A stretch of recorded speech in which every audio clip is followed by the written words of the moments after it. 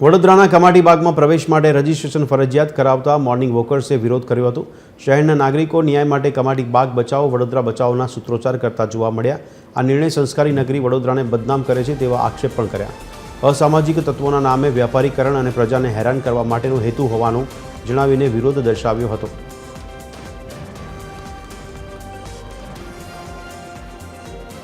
Sir Shahjahan Gaekwad મહારાજે જ્યારે આ વસ્તુ આપણા માટે જો ખુલ્લું રાખ્યું હોય અને કોઈ જાતનું કોઈ બંધન નથી રાખ્યું તો તમે કોણ છો?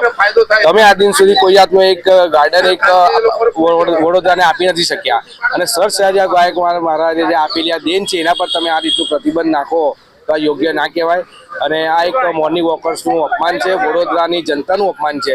એટલે અમારો એક જ નિર્ણય, અમારું એક જ કહેવું છે કે તાત્કાલિક આ નિર્ણય કોર્પોરેશન પાસે થાય છે। અહીંયા અસામાજિક તત્વો છે, ફરે છે, એક્ટિવિટી થાય છે, એના નામે રજીસ્ટ્રેશન કરી વ્યાપારીકરણ કરવાનો એક પ્રયાસ કોર્પોરેશનના સત્તાવાળાઓએ કર્યો છે। એની સામે આજે શહેરના નાગરિકો દ્વારા વિરોધ પ્રદર્શિત કર્યો છે કે કમાટી બાગ અમારો છે, અહીંયા કોઈ અસામાજિક પ્રવૃત્તિ થતી નથી।